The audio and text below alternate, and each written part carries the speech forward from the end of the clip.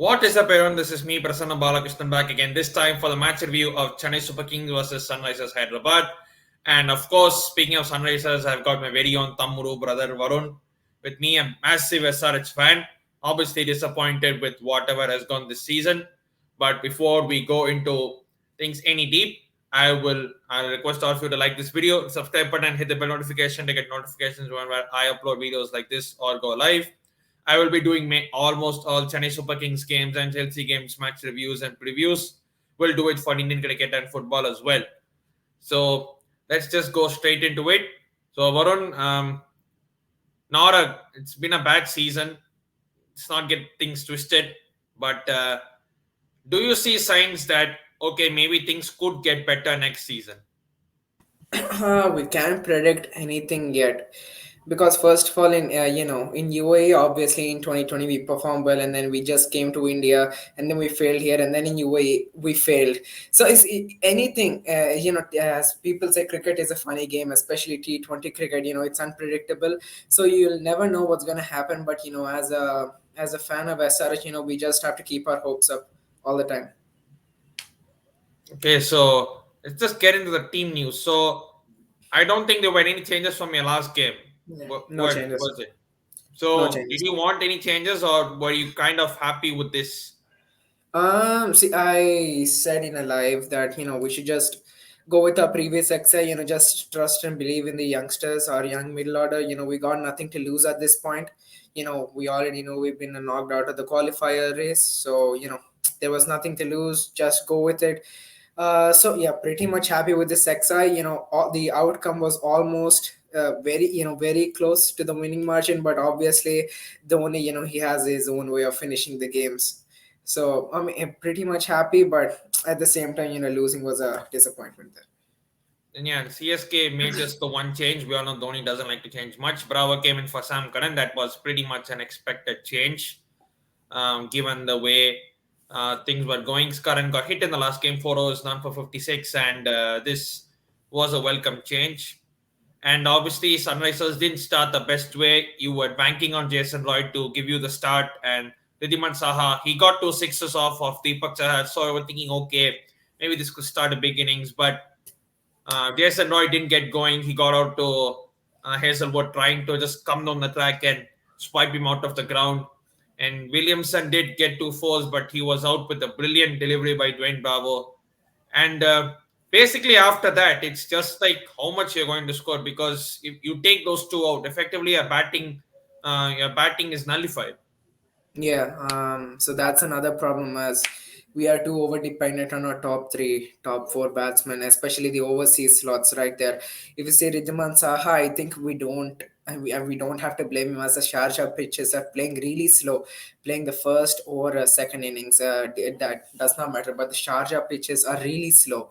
So I think we can say that he played a responsible innings, and that too is an Indian player, so that gives us kind of an advantage to see that at least he is performing well. And then Abhishek Sharma coming into the middle order, yeah, at least he's giving us some runs with at least a good strike rate, more than Mr. 11 crores and Mr. Jadhav.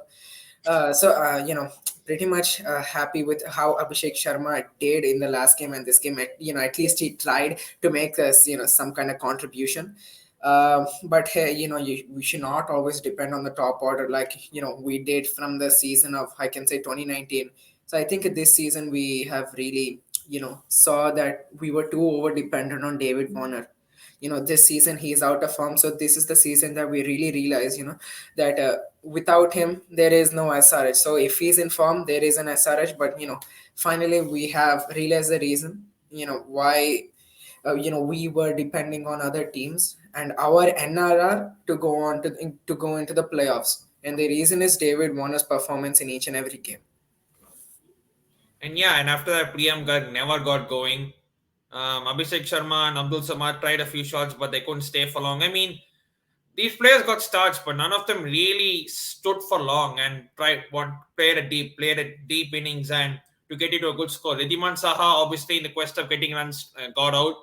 But would you put that down to the fact that he kind of played slowly, or were CSK bowlers doing good? Because we hardly gave them any room for runs, apart from maybe 2 or 3 balls which were full tosses or wides. CSK, like their lines were kept tight and it was disciplined bowling. That is exactly what you want to see from your T20 side. I guess what you said, it can go both ways because first of all we are out of form, and second of all Dhoni knows what to do. He knows when to change his bowlers. He knew the pitch conditions how it was, so he really utilized how to change the bowlers. When to use them and not. I think Dwayne Bravo was an exceptional change in place of Sam Curran. Obviously that change had to come. It did come against us. I think the mind is spectacular of CSK's at the moment. uh, as I said, Saraj is out of form. But again, as I said, Riddhi Mansaha, played a responsible innings in a pitch like Sharjah at the moment. So I think there were some positives and negatives to take from this game. But mostly, CSK, what a game they had today. Yeah, Abdul Samad did get 1-6. That was a brilliant shot, hitting Josh Hazlewood straight back over his head. And Rashid Khan did try to score. Jason Holder never got going. And you ended up just with there were some sparks, but 134 on Sharjah pitch, albeit it's playing super slow, was never going to be enough. And bowling wise, Deepak Chahar didn't have the best of games, but still he just went for 32 runs. Hazelwood was brilliant. Thakur didn't have the best of his game. Dwayne Bravo was brilliant. I mean, just the impact he creates on the field, that was just brilliant. Ravindra Jadeja, as always, economical. He just needs one wicket. Even if he doesn't pick a wicket, he's that economical that he gives other bowlers wickets because the batsman in the quest for runs either going to go for six or fours or you're going to give away your wickets. There's no in between. And Moeen Ali, he wanted to get an over for Moeen Ali in the middle, and he did that perfectly. And if you see the fall of wickets, no one really kind of forced the partnership. There was one in between, maybe for about 20, 30 runs, but apart from that, not really. Yeah, so again, I think as I said, it was just Dhoni's mind. I think in the middle order, CSK really have sorted their problems out because in the power play, obviously, it's just maybe just one wicket of Jason Roy, but in the middle overs, it's always SRH's problem. Then comes the middle order. The middle order has always been our problem, and it's almost easy to just tackle all of our batsmen there. As we all know, young middle order, unexperienced middle order, or even if we have the experience of someone like Manish Pandey or Kedar Jadhav, they are not also in the best of form, or if they are, they just play too slow even if you can get their wicket. So that's another problem with SRH. So I think CSK, as I said, they really have utilized their bowling, and they have really read the conditions of the pitch today.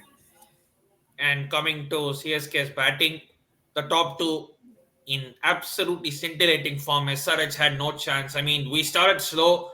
I mean, 3 overs we got around 12 runs, but we none of us were phased by that. We knew that batsmen were good enough and they're going to take about the SRH bowling. And they took about the SRH bowling the way they normally do. I mean, like you see Rutraj Gaikwad 45 of 38, Fab du Plessis 41 of 36. They played the chase and they didn't need to say hit a shot in anger because the required rate was less than 7. Yeah. So you don't need to just go hammer and tongs. Take the calculated risk and then play sensible. But um, did you think the SRH bowlers could have done anything different, or was it just the CSK batsmen were too good? Uh, as I said, SRH is out of form this season, so I think it's just CSK's batting and bowling ability. Especially, we'll talk about Rudraj Gaikwad. He's brilliant on these kind of tracks, especially like these kind of slow tracks. He has been absolutely brilliant. I mean, what a find for CSK, especially. I'm really impressed by him.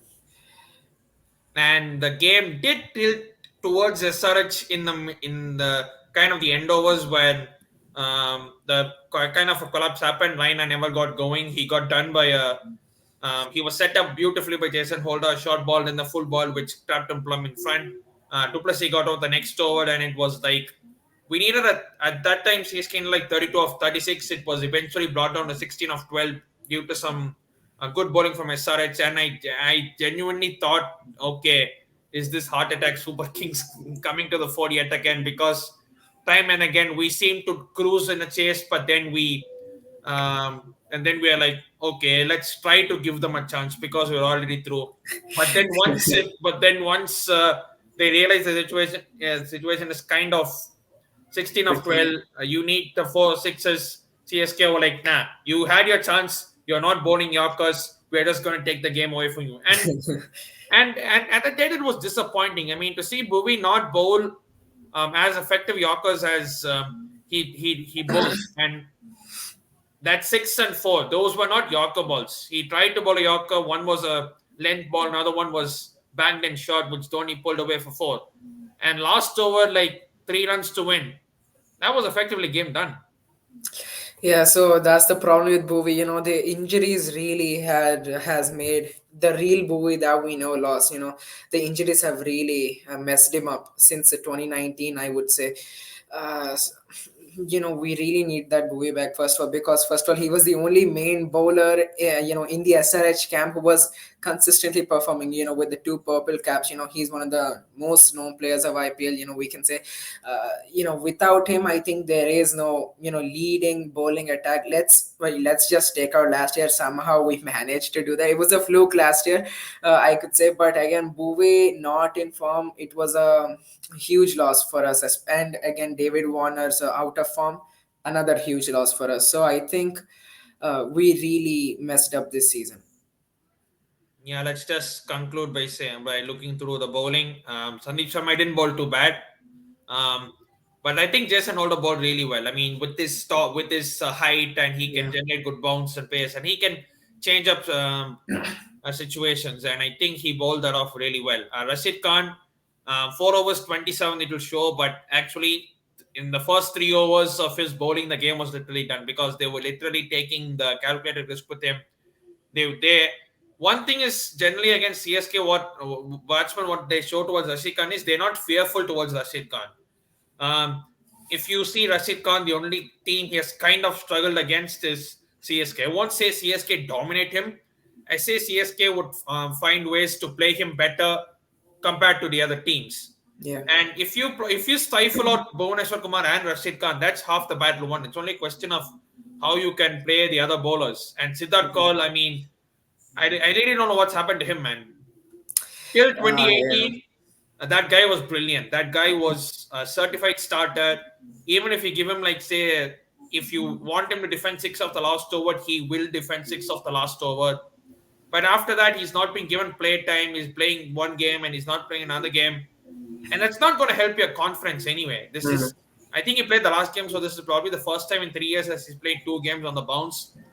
But that's not going to help your confidence, does it? When you're Yeah, not not at playing all. it regularly. Yeah, first of all, not at all. He, as you told, he has not played many games at all, especially since the season of, I think 2018 was a good season. Again, 2019. 2018, he killed it. He was Yeah, absolutely 2018 he brilliant. killed it. 2019 he did not even play a single game. I think in 2020 he played one game against Mumbai Indians, and now in 2021 he played two games in a row. This is not good moves from Sunrisers. First of all, you need to change up your bowling. Just experiment with your players. Siddharth Kaul is a good bowler. He has the potential in him, but we're just not using him enough. Just back off from Khalil Ahmed for at least 1 or 2 games, or Sandeep Sharma for at least 1 or 2 games. You may just bring in Siddharth Kaul. He has that capability of taking the wickets and slowing down the run rate if you just give him enough chances, like how we did in 2018. We did not really utilize that point, but anyway. This year, it was not anyway our year. So any changes, it did not even matter for. We did what I think 23 or 24 changes altogether in this season. Literally, that's too much. I mean, you think of CSK and they hardly make changes. That is one of the reasons why we're doing well. You need to Yeah. have a settled squad. Whether they're performing or not performing, that's a different issue. But just because they're not performing, if you keep on chopping and changing, that's not going to help players' confidence. Yeah, exactly. See, the other teams are really building up on their confidence, and they're trusting on their youngsters and the players. Even if they're not in form, they are like believing that they'll come back into form. Like I always say this, Steve Smith for Rajasthan Royals, at the time he was in Rajasthan Royals, he did not even perform, but they still backed him. Thinking that he would do some miracle. And then why are we not doing that to someone like David Warner, or like the youngsters like a Priyam Garg or Abhishek Sharma, like last year and this year? So I think we really need to back our youngsters. They're literally losing their confidence and morale, first of all. I mean, I genuinely want to ask the question: what the hell is actually happening to David Warner? I mean, he did have a poor run, fair enough. I mean, He's the captain though, but he was being sit out, and then you see him interacting with people on Instagram saying, "Not this season anymore, but keep supporting us." I mean, this is not the SRH. I mean, we all know what SRH is. Obviously, you may have a bad spell here and there. That's perfectly fine. You may not score runs. You're not in the best of form. But to see what's happening with David Warner, and you also mentioned when we did the last game review that not that it's not just David Warner. It's actually the team management that kind of overrules some of his decisions Yes, yeah, to pick on the playing 11, the likes of Trevor Bayliss, Tom Moody, and yeah. etc. So I genuinely want to know what's the reason. Do you have any kind of thing? You have any idea, or is it just randomly out there? Well, there are some points. First of all, he has a groin injury. That's one main point, which Okay. why he can't run between the wickets, or he can't accelerate quick enough. Second is that the ego problem in our management. Trevor Bayliss, he has some ego problem with Warner. I think since he got in some kind of, I think, an interview after a game, I think he said Bayliss did something, changes to the team, or said something to him. I think that really boosted Trevor's ego a bit. I think that that's what even caused a little bit of a rift between the management and Warner, which which led him, or which led them to drop Warner. So that was another reason, and I think those two reasons really, I think, let him down. First of all, the team he loves most. He always says Hyderabad is his second home, but this time, after just Trevor walked into our team in 2020, he literally sucked. Last year was a fluke, man. With some team combinations, with some team boost, with the likes of David Warner, Kane Williams, and somehow we just went in qualifiers. But this year we have And finally, Natarajan was also realized doing the well true this reason. season. He's a massive miss. Yeah, really. So yeah, that brings us to the end of the review. Obviously, as such, officially are out of the playoffs now. I mean, it wasn't going to be in any situation that they were going to qualify. And CSK have qualified officially. Last year was kind of just a break. Um, um, as Chiranjeevi once said in when he did a cameo, just time gap ante, timing low. I mean, but let's be honest, CSK have deserved this, and I Yes. think I mean, you acknowledge the fact, and I myself would say that. I mean, I'm not gonna go over the top and say, "Oh, we're gonna win this, we're gonna win that," and but there is some confidence there, and I don't think the team is 100%. Still, we have a middle order issues, and it's our top three that has been getting the runs. So Ruturaj Gaikwad, Faf du Plessis, Moin Ali, and we did saw the kind of a fragile middle order. Probably if it was a higher chase, say a 150 or 160, they might have struggled to do so. But then again, if buts and maybes, we can only hope this continues. And obviously, I will be doing more CSK match reviews. Thank you, Varun, for coming on once again. I'll definitely have you back next season. Yep. Hopefully, with the SRH coming back, there's a much better team compared to this one that is in place now. Um, and as I keep saying at the end of every video, stay safe and wash them hands. Thanks. Yep. Thank you, guys. Thank you.